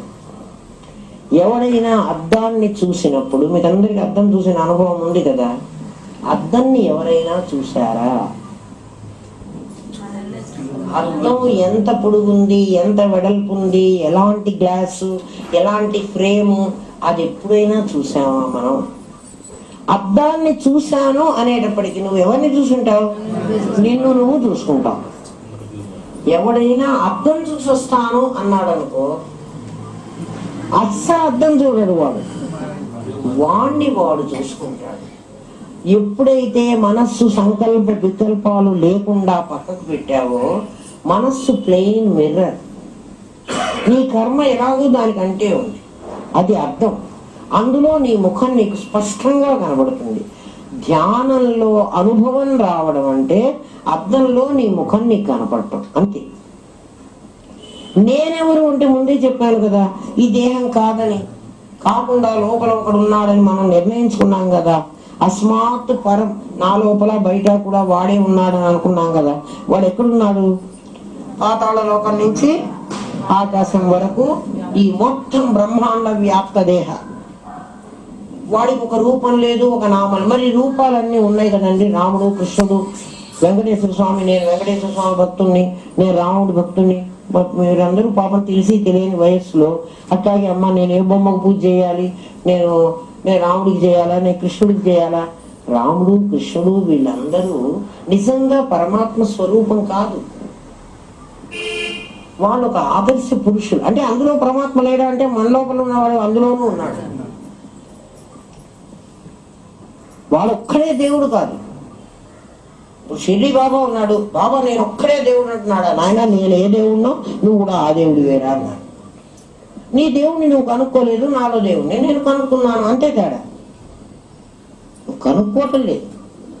అట్లా ప్రతి ఒక్కడు పరమాత్మ అయినప్పుడు ఆ రాముడు కూడా పరమాత్మే. నేను రాముడికి పూజ చేస్తే కృష్ణుడికి కోపం వస్తుందేమో. వైష్ణవులు ఉంటారు. వైష్ణవులు ఎలాగంటే వెంకటేశ్వర అన్న పదం పలకరు, శ్రీనివాస అంటారు. ఎందుకంటే ఈశ్వర పదం పలికితే తప్పు కదా. మేము ఈశ్వర పదం పలకం. వాళ్ళు ఎప్పుడైనా శ్రీనివాస అని పలుకుతారు. చూడండి, వెంకటేశ అన్నారు వైష్ణవుడు. వాళ్ళు ఏం చెబుతున్నారు? ఇదే వేదం వాళ్ళకు కూడా ఆధారం. వాళ్ళు వైకుంఠంలో విష్ణువు ఉంటాడు అని చెప్తారు. వాళ్ళు మరి చదువుకున్నారు, వాళ్ళకెందుకు బుర్ర పనిచేయదు నాకైతే తెలియదు. కానీ విష్ణువు వైకుంఠంలో ఉంటే మిగిలిన చోట లేడనే కదా. నేను హైదరాబాద్ లో ఉన్నాను అంటే నేను అమెరికాలో లేనట్లే. మీరు అడగాలన్నా, మీరు అమెరికాలో హైదరాబాద్ లో కూడా ఉన్నారు అని ఎట్లా చెప్తారు? అట్లా విష్ణువు వైకుంఠంలోనే ఉన్నాడు అంటే, శివుడు కైలాసంలోనే ఉన్నాడు అంటే, మనం అందరం అక్కడికి పోతాము అంటే, మనం అందరం అక్కడికి పోతా అంటారు. మరి ఎవరు పిలుచుకుపోతాడు అంటే, వీడు వెళ్ళి, చాలా మంది జీవ బ్రహ్మైక్యము అంటారు. అంటే వీడు వెళ్ళి వాళ్ళు కలుస్తారు. ఎట్లా కలుస్తారు అంటే, పాలల్లో పంచదార కలిసినట్లు. పాలు పరమాత్మ అయితే పంచదార వీడి జీవుడు. పాలల్లో కలిసినట్లు. కలిసిన పదార్థం ఎప్పుడైనా కూడా విడిపోవడానికి రెడీగా ఉంటుంది.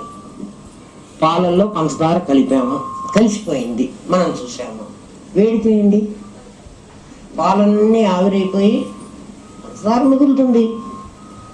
ఎవరైనా కలిశారు అంటే వాడు విడిపోతారు అని అర్థం. అట్లా జీవుడు బ్రహ్మలో ఐక్యమైనాడు అంటే మీరు మీకే అర్థమవుతుందరా. పిచ్చి పిచ్చి వాళ్ళ దగ్గరికి వెళ్ళి పాఠాలు వినకండి, మీరు ఆలోచించుకోండి. జీవుడు వెళ్ళి బ్రహ్మములో ఐక్యమైనాడు అని ఎవరన్నా చెప్పారనుకో, వాడు జీవుడు బ్రహ్మలో ఐక్యమైనాడండి అని చెప్పారనుకో, ఐక్యమైనాడు అంటే కలిశాడు. కలిసిన వాడు ఏమవుతాడు? ఎప్పుడో అప్పుడు విడిపోతాడు కదా. మన ఇద్దరం ఇప్పుడు కలిసాం, ఇంకా కాసేపటికి విడిపోతాం. నిదానం నువ్వు పోతావు, నా దాన్ని నేను పోతాను. అలా జీవుడు బ్రహ్మములో ఐక్యం కాలేదు. జీవో బ్రహ్మైవ. ఎవడినైతే జీవుడు అంటున్నావు నువ్వు, వాడు బ్రహ్మం అవ్వాలి. స్వనుభవం నీకు అది కావాలి. ఎవరినైతే జీవుడు అంటున్నావో వాడు బ్రహ్మం అవ్వాలి. ఇప్పుడు ఎప్పుడైతే నువ్వు అద్దంలో చూసుకుంటావో, అద్దంలో నన్ను చూసుకున్నాను, నా మొహాన్ని నేను చూసుకున్నాను కదా, చూసుకున్నప్పుడు నాకేం తెలుస్తుంది అంటే, ఈ అద్దము నా ప్రతిబింబం, అసలు వాణ్ణి నేను అని. అంతే కదా. ఈ లోపల ఉన్న ఈ జీవుడు అనేటువంటి నీ చేత జీవుడు అనబడేవాడు ఒకడు నీ శరీరం కంటే భిన్నంగా ఉన్నాడని చెప్పుకున్నామే. నువ్వు మెడిటేషన్ లో ఇది చేయాల్సింది. మీ ఆయనకు వచ్చే లాభాలు, మీ వాళ్ళకు వచ్చే వ్యాపారాలు అవి కాదు నువ్వు కళ్ళు మూసుకొని కూర్చొని చేయాల్సింది. ఎవడైతే జీవుడు అనుకున్నాడో అంతర్ముఖం అవడం అంటే ఇది. నీ లోపలి నుంచి ఈ శరీరాన్ని వదిలిపెట్టి నీ లోపలికి ఒకడు ఉన్నాడని నువ్వు కనుక్కున్నావు. వాణ్ణి బ్రహ్మము అని నీ గురువు చెప్పాడు. వాడే బ్రహ్మము, వాడు జీవుడు. ఇప్పుడు నీకు జీవుడు, వాడు బ్రహ్మము అని చెప్పాడు. జీవుడు బ్రహ్మమేను, బ్రహ్మం కాకుండా ఉండడానికి లేదు. శరీరంతో తాదాప్యం పొందుతున్నంత వరకు వాడు జీవుడు. శరీర తాదాప్యం వదిలేస్తే వాడు బ్రహ్మము. ఇప్పుడు నువ్వు ధ్యానంలో, మెడిటేషన్ లో శరీర తాదాప్యం వదిలేసావా? వదిలేదా? వదిలేసావు. ఎందుకని మనసు సంకల్పాలు వదిలేవు, ఇంద్రియాలు వదిలేసావు, ఎందుకు కళ్ళు మూసేసుకున్నావు కదా, దేహ దృష్టి వదిలేసావు, మెల్లగా లోపలికి వెళుతున్నావు, అంతర్ముఖం అవుతున్నావు. అంతర్ముఖం అవుతున్న నీకు, లోపల ఉన్నటువంటి నీకు, నీ ఎదురుగా ఉన్నటువంటి అద్దం కనబడుతోంది. అద్దం అంటే ఏమిటి? నీ మనోదర్పణం. ఆ దర్పణం మీద నీ బొమ్మే పడుతుంది. నీ బొమ్మ పడగానే ఇది ప్రతిబింబమని నీకు గురువు చెప్పిన మాట గుర్తుకు రావాలి. గుర్తుకొచ్చి ఇది ప్రతిబింబం. ప్రతిబింబానికి ఎదురుగానే బింబం ఉంటుంది. బింబం ఉండకపోతే ప్రతిబింబం పట్టడానికి ఉండదు. కాబట్టి ఈ ప్రతిబింబం ఏమిటి అంటే, నువ్వు పాఠం విని ఉన్నావు, జీవో ఇది జీవుడు, వీడు బ్రహ్మమే అనుకోగానే వాడు బ్రహ్మమే అని తెలుసుకుంటాడు. అర్థం ఎంత తేలికగా తెలుసుకుంటాడు అంటే, సుసుఖం అని అందుకన్నాడు. ఎంత తేలికగా తెలుస్తుంది అంటే, అద్దంలో నీ ముఖాన్ని చూసుకున్నప్పుడు అద్దంలో బొట్టు సరిగ్గా లేకపోతే ఇక్కడ బొట్టు నువ్వు సవరించటంలే, ఆటోమేటిక్ గా ఇక్కడి బొట్టు సవరిస్తున్నావు. ఆలోచించండి. ఇక్కడి బొట్టు సరిగా లేదని నాకు తెలుసునా? నాకు తెలియదు. నాకెవరు చెప్పారు? అద్దం చెప్పింది. సవరించుకున్నది అద్దం చెప్పిన మాట విన్నవాణ్ణి నేనే, బొట్టు సవరించుకున్నవాణ్ణి నేనే. అద్దం నాకు ఉపకరణం అవుతుంది. అప్పుడు జీవత్వం నీకు ఉపకరణమై నిన్ను బ్రహ్మముగా మిగులుస్తుంది. ఈ అనుభవం నీలో వస్తుంది. గురువు తెప్పించేది కాదు. మరి గురువు ఏం చేస్తున్నాడు అండి? ఈ విషయం నీకు చెప్తున్నాడు, ఈ సంగతి నీకు చెప్తున్నాడు. నీ బుర్రకు అర్థమైతే నిజమైన గురువు చెప్పవలసింది ఇదే చెప్పాలి.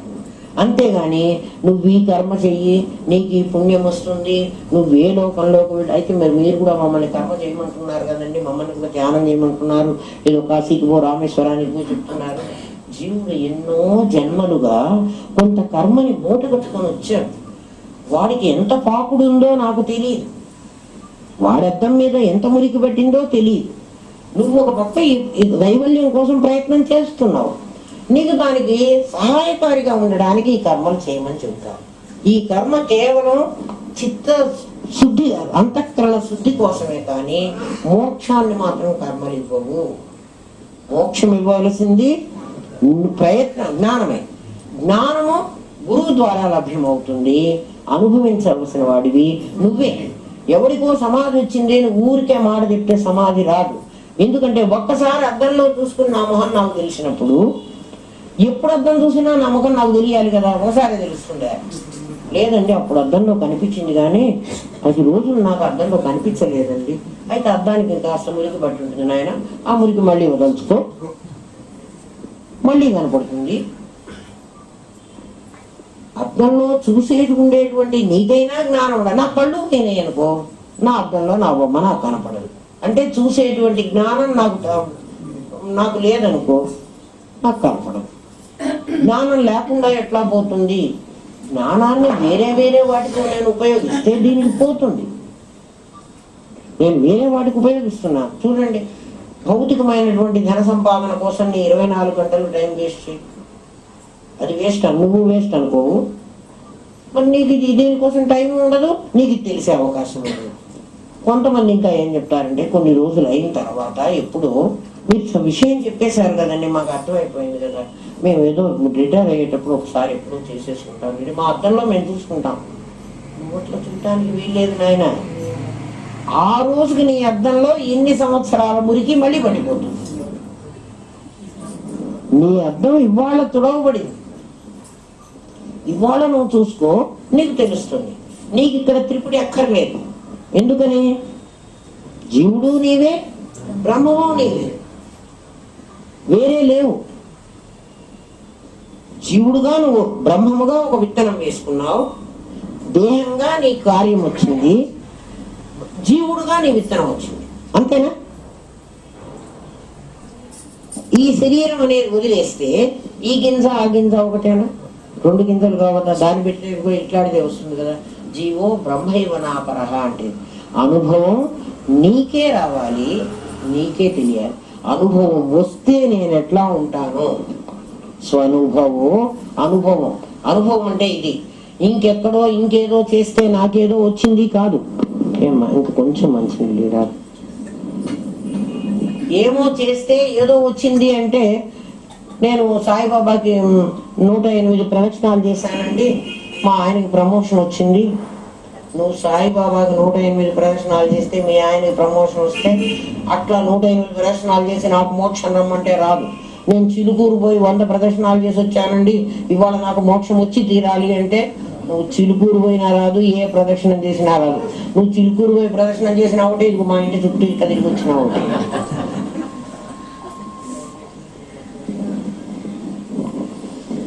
అయితే ఎందుకు తిరుగుతున్నారు అంటే, యాని కాని చ పాపాని జన్మాంతకు కాని తాని తాని ప్రణశ్యంతి ప్రదక్షిణ పదే పదే.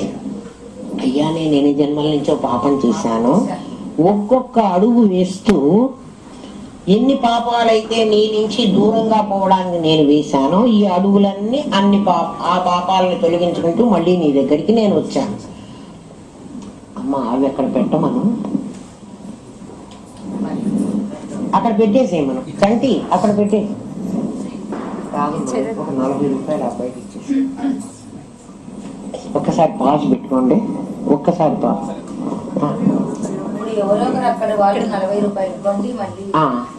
అక్కడ ఉన్నవాళ్ళు అక్కడ 40 ఇచ్చేసి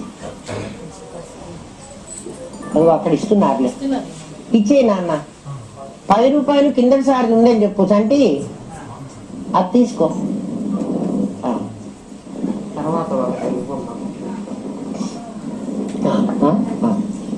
బ్రహ్మాత్మన స్వనుభవం, ఈ అనుభవం నీ లోపల కావాలి అన్నాడు.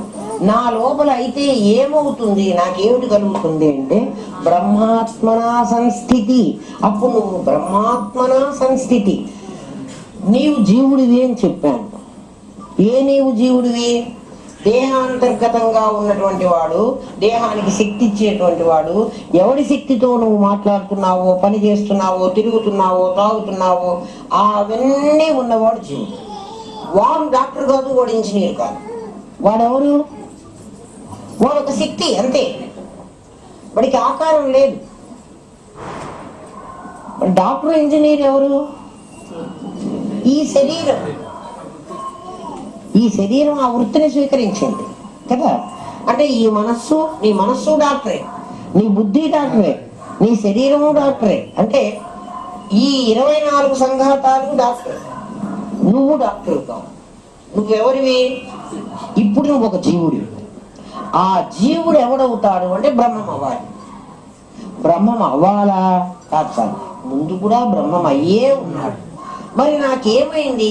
సహజం, కర్మజం, భ్రాంతిజం అనేటువంటి 3 లక్షణాల్లో భ్రాంతిజం అనే లక్షణంలో పడి నేను బ్రహ్మము అయినటువంటి నేను జీవుడు అని అనుకున్నాను. అంటే విపరీత భావన కలిగింది నాకు. ఇప్పుడు నాకేం పోయింది? విపరీత భావన పోయింది. ఏ భావన అయితే నాకు కలిగిందో అది పోయింది. దాన్ని నేను సమాధి అంటున్నాను కదా. నాకు సమాధి వచ్చింది అంటే, సమాధి అంటే ఏమొచ్చింది నాకు? అప్పుడు నేనేం పోగొట్టుకున్నాను? భ్రాంతిజం అన్న స్థితిని పోగొట్టుకున్నాను. నాకు భ్రాంతి వల్ల ఏ అప్పుడు భ్రాంతిలో నేను ఎట్లా ఉన్నాను? దేవుడు వేరుగా ఉన్నాడు, నేను వేరుగా ఉన్నాను. నేను కించిత్తుని, ఆయన సర్వజ్ఞుడు.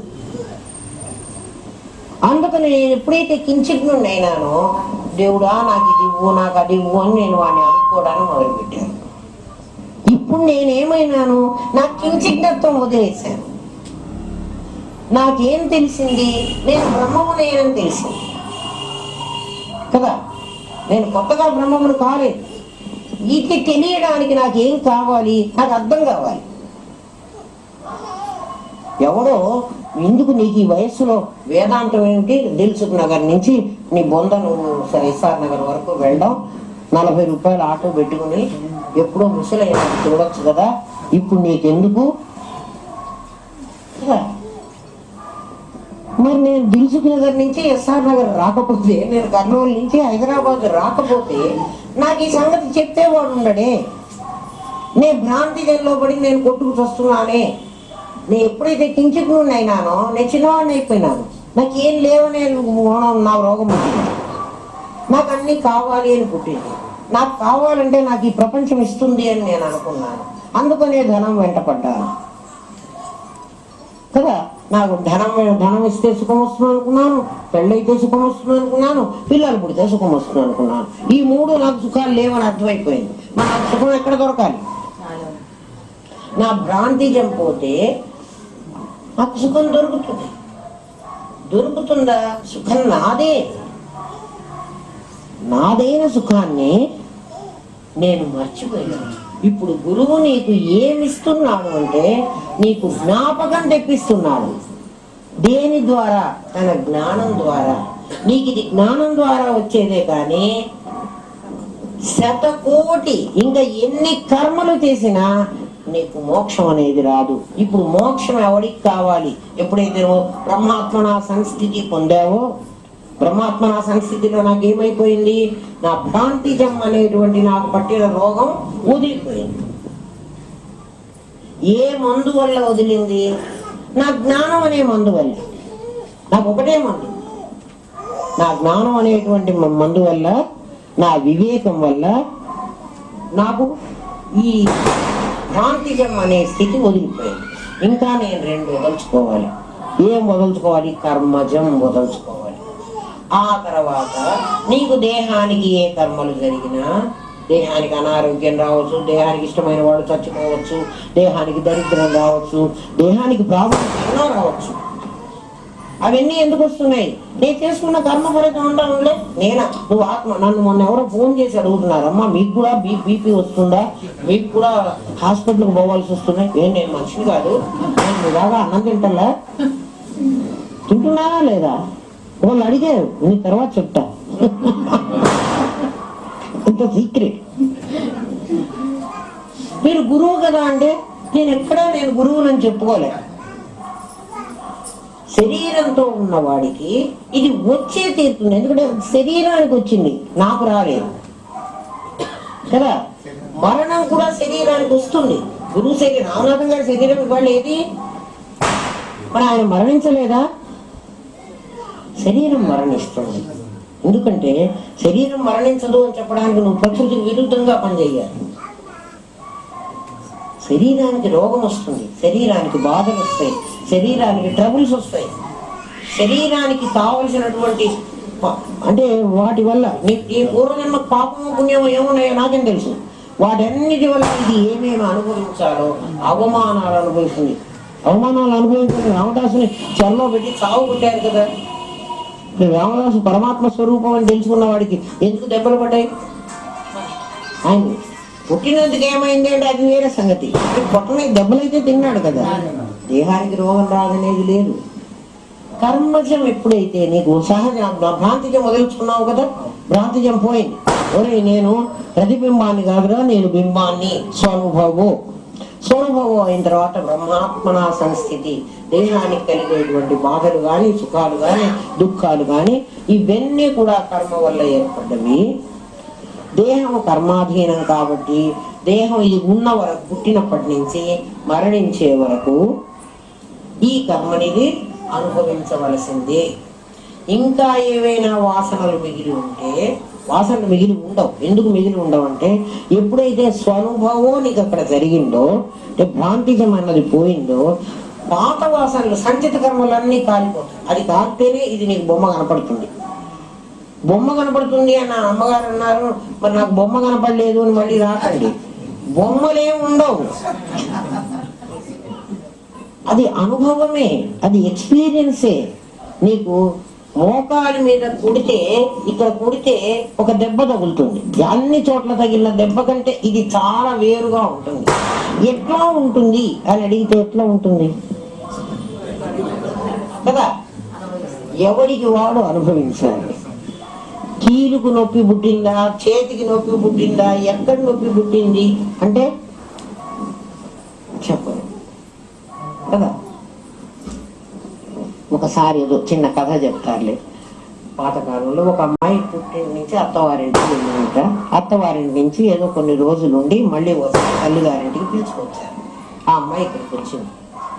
రాగానే అమ్మ అత్తవారింట్లో బాగుందా, బాగా చూస్తున్నారా అని చెప్తే చాలా బాగా చూస్తున్నారమ్మా. ఎంత సుఖం ఉంది అంటే మోచేతికి దెబ్బ తగిలినంత సుఖం ఉంది అని చెప్పాడు.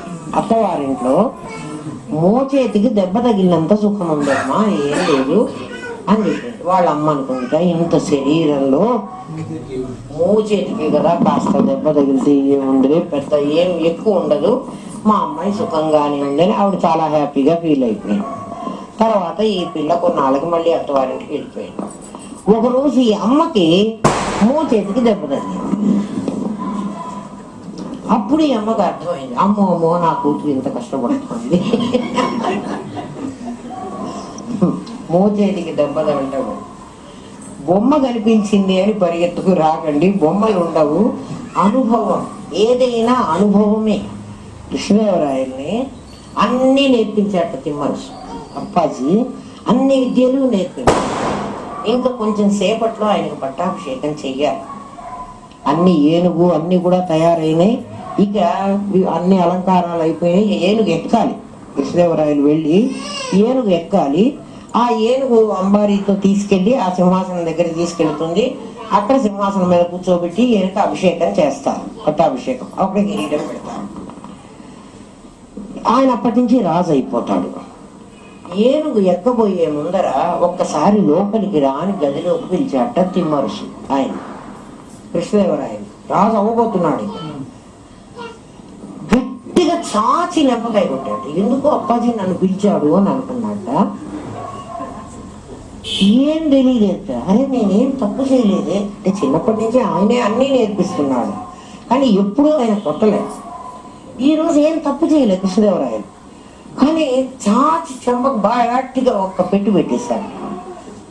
ఏం మాట్లాడలేదురా, కానీ ఎందుకు కొట్టాడో కూడా నాకు తెలియదు, కానీ బాగా నొప్పైంది, కళ్ళ నిండా నీళ్లు గారినాయి.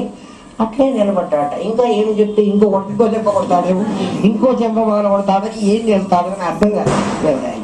అట్లే నుంచున్నాడు. నేను ఇప్పుడు ఎందుకు కొట్టానో నీకు తెలుసా? నాకు తెలిసి నేనేం తప్పు చేయలేదు అప్పాజీ, మరి మీరు ఎందుకు కొట్టారో నాకు తెలీదు, కానీ నేనైతే తప్పు చేయలేదు. నాకు చాలా బాధ అనిపించింది. మీరు చెప్పొచ్చు కదా ఈ తప్పు ఎందుకు చేశావు అని, నేను రెక్టిఫై చేసుకునేవాడిని. నన్ను ఎందుకు కొట్టారో కూడా నేను అడగను, నాకు తెలియదు అన్నట్టు అని ఏడు కళ్ళ అయితే నీళ్ళు వచ్చినాయి. చెంపకు దెబ్బ కొడితే కంటికి నీళ్ళు రావా? వచ్చాయి. అంటే కాదు, నువ్వు ఇంతకట రాజు కాబోతున్నావు, రాజు అయిన తర్వాత నేను కొట్టకూడదు కదా, ఆ కొట్టే అర్హతని నేను కోల్పోతాను. ఇప్పుడు ఇంకా నువ్వు నాకు శిష్యుడు వేను, అందుకని నేను కొట్టాను. ఇదొక్కటి అనుభవిస్తే కానీ తెలీదు, మిగిలినవన్నీ నేను చెప్తే నువ్వు కనుక్కోగలవు. దెబ్బ ఎలా ఉంటుంది అని అనుభవిస్తే కానీ తెలీదు. నువ్వు రేపు సింహాసనం మీద కూర్చుని ఎంతో మంది తప్పులు చేసిన వాళ్ళందరూ నీ దగ్గరికి వస్తారు, నువ్వు తీర్పు చెప్పాలి. ఒరే వీడిని 100 కొరడా దెబ్బలు కొట్టండిరా అని నువ్వు అనబోయే ముందర ఒక దెబ్బ ఎంత నొప్పి ఉంటుందో నీకు తెలిస్తే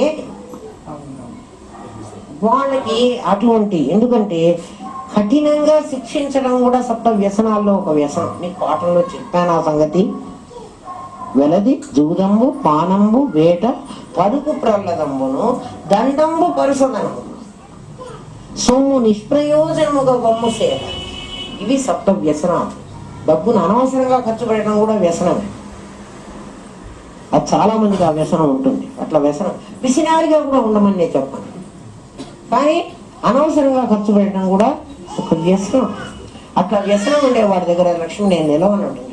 వ్యసనపరుడి దగ్గర ఎవరు ఇష్టపడతారా? ఎవరు ఇష్టపడరు. లక్ష్మీదేవి నేను ఉండను అంటుంది. అందుకని నిన్ను కొట్టాను నాయన, అది అనుభవం. ఎవరైనా మా గురువు గారు మాకు ఆత్మ చూపిస్తారు అని అన్నా, మా గురువు గారు మాకు తెలియజేస్తారు అన్నా, అది ఎవ్వడిచ్చేది కాదు. ఉద్ధరేదాత్మనాత్మానం, నీవు నీకై నీవే స్వనుభవం. నువ్వు అనుభవాన్ని సంపాదించాలి. అనుభవాన్ని సంపాదించినప్పుడు ఎట్లా సంపాదించాలో మార్గం చెప్తాడు, గమ్యం కూడా చెబుతాడు. నువ్వు పొందవలసింది బ్రహ్మాత్మన సంస్థితి. ఇప్పుడు నువ్వు బ్రహ్మమై కూర్చుంటావు రా నాయన. బ్రహ్మములో కూర్చుంటావు అంటే అర్థం ఏంటి? నువ్వు బ్రహ్మమైపోతావు. అయితే నేను అప్పుడు బ్రహ్మం కొత్తగా అయినానా? 10:15కు నేను ధ్యానానికి కూర్చుండేటప్పుడు నేను బ్రహ్మమును కాలేదు. 12:15కు నేను బ్రహ్మమును అయిపోయినానా అంటే 2 గంటల్లో నేను బ్రహ్మం అయిపోయినానా? అదే నువ్వు 10:15కు కూడా బ్రహ్మముగానే ఉన్నావు. మరి ఏం పోయింది? నిన్ను పట్టిన ఆ భ్రాంతిజం అన్నటువంటి స్థితి వదిలిపోయింది. బ్రహ్మమైతే నువ్వు కొత్తగా నీకేం కొమ్ములు మొలవు. నీకు పట్టినటువంటి జీవభావన పోయింది. ఒక్కసారి నీకు జీవభావం పోయిన తర్వాత కర్మజంలో ఇప్పుడు తెలియాలి నీకు.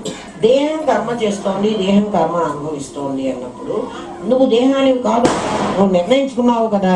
దేహానికి వచ్చేటువంటి బాధలు దుఃఖాలు అవన్నీ నీకెలా అవుతాయి? దానికి వచ్చినాయి కాబట్టి కర్మ నుంచి నువ్వు విడిపడ్డావు. ఇంతకుముందు దేహం కర్మ చేస్తుంటే నేను కర్మ చేశాను కర్మజంలో. సహజం నువ్వు అసలే పరమాత్మ కాబట్టి పరమాత్మగా ఉంటావు. ఇక్కడ సహజం వదలుచుకోవడం నీకు ఎట్లా కష్టం అంటే, భ్రాంతిజం వదలుచుకున్నావు, కర్మజం వదలుచుకున్నావు, సహజం ఇప్పుడు నిన్ను పట్టుకుంటుంది. సహజంలో నువ్వు ఆత్మస్వరూపుడు, ఇందులో నో డౌట్ కదా, నువ్వు అటువంటి వాడివే. ఇప్పుడు నువ్వు బయటకు వచ్చిన తర్వాత నీకేమనిపిస్తుందంటే, వీళ్ళందరికీ ఆత్మ తెలియదు, నాకు ఆత్మ తెలుసు. నాకు ఆత్మ తెలుసు అంటమే అహంకారం. ఎందుకంటే ఆత్మ నీకంటే భిన్నం కాదు.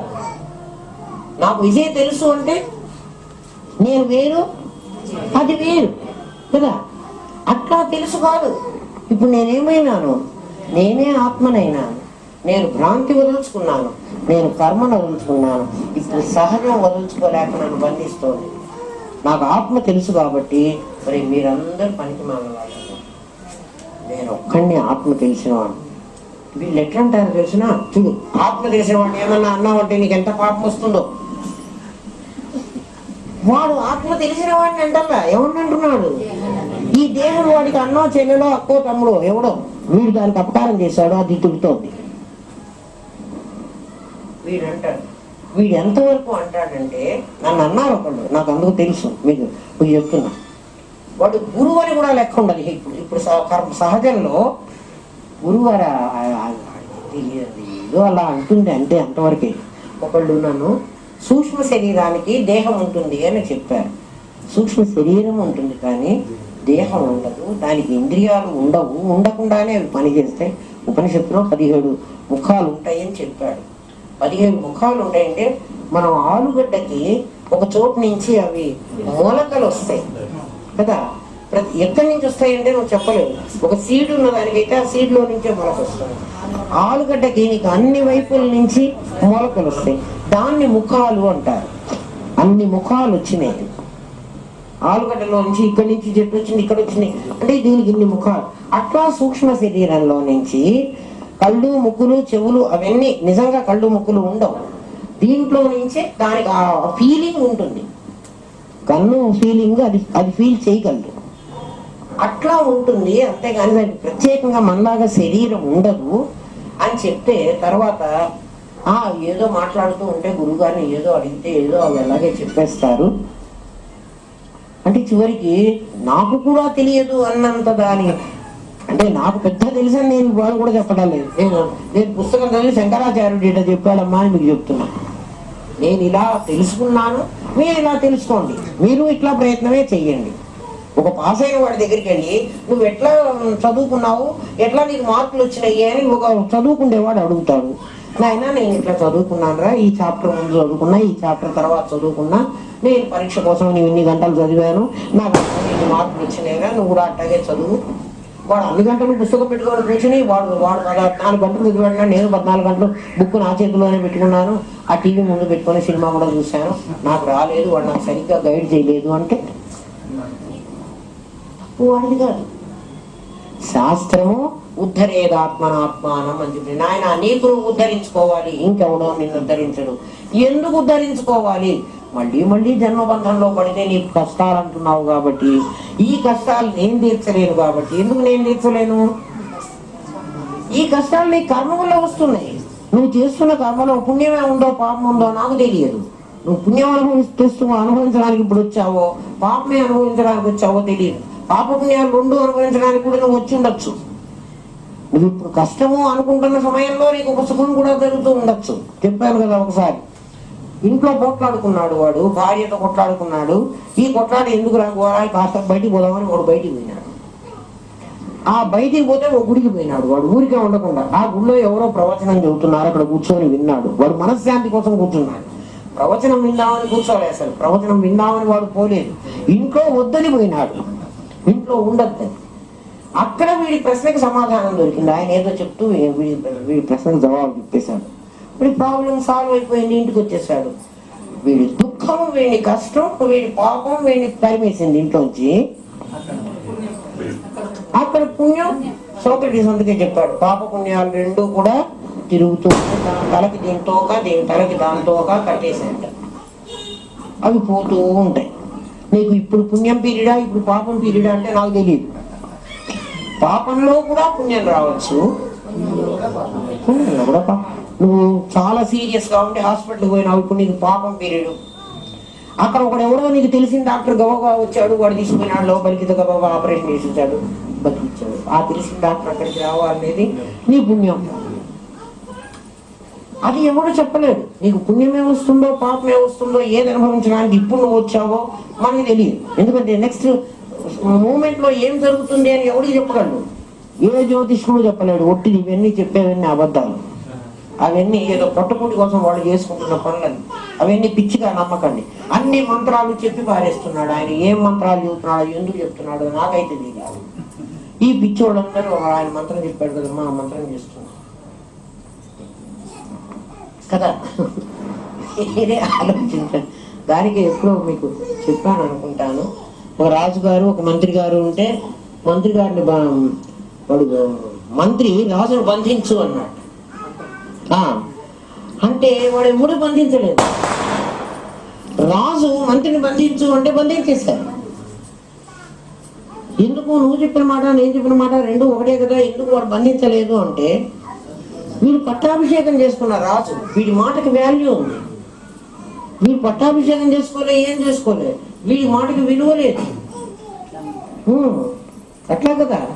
మంత్రం స్వాధీనం చేసుకున్నవాడు, మంత్ర అధిష్టాన దేవతని స్వాధీనం చేసుకున్నవాడు, ఎంతో ఉపాసన బలం కలిగిన వాడి చేతిలో మంత్రం వాడి చేతిలో ఉంటుంది. యావత్ పృథ్వీ దైవాధీనం, దైవం మంత్రాధీనం. ఆ మంత్రాన్ని బ్రాహ్మణుడు అధీనం చేస్తాడు. అందుకని బ్రాహ్మణం మమదేవత అన్నారు. లేకపోతే బ్రాహ్మణుడికి నమస్కారం పెట్టాల్సిన పని మనకు లేదు. ఎవడంటే వాడికి దండం పెట్టక్కర్లేదు అసలు. మనం ఎవడు మంత్రాన్ని స్వాధీనం చేసుకున్నాడు వాడు చెప్తే మంత్రం చెల్లుతుంది. కానీ అదే మంత్రాన్ని నువ్వు పఠిస్తే నీకు చెల్లదు. టీవీలో పెట్టి చెబితే అసలు చెల్లదు.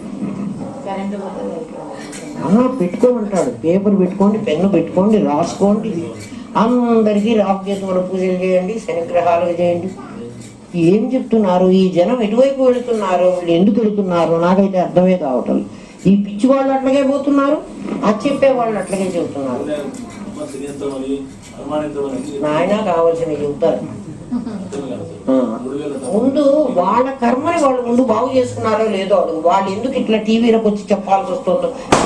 హాయిగా అంబానీ లాగా ఉండొచ్చుగా. వీళ్ళు కూడా అన్ని మంత్రాలు వచ్చిన వాళ్ళు రాజులాగా మహారాజులాగా ఎక్కడో కూర్చుంటే పరిచారకులందరూ వచ్చి పెట్టేవాళ్ళు కదా. ఎందుకు ఇట్లా వీళ్ళకి అందరికీ చెప్పుకోవడం? ఈ కర్మం ఎందుకు? కర్మ వల్ల కర్మల చేత కర్మలు నిర్మూలము కావు. మీరు ఆలోచించుకోండి. మాకు నిర్మూలమైనాయండి ఆయన చెప్పిన మంత్రం చేస్తుంటే